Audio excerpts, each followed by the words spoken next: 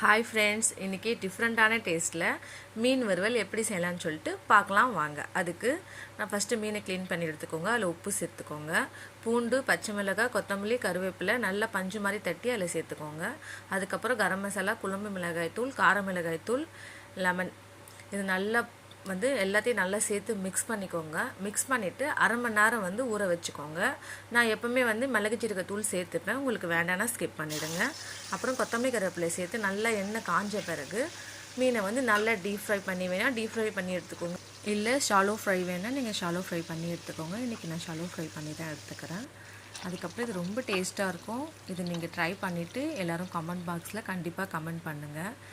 இது போன்ற குக்கிங் வீடியோக்குள்ளே பார்க்க அச்சுமா குக்கிங் சேனலை சப்ஸ்கிரைப் பண்ணுங்கள், ஷேர் பண்ணுங்கள், கமெண்ட் பண்ணுங்கள், லைக் பண்ணுங்கள். தேங்க்யூ.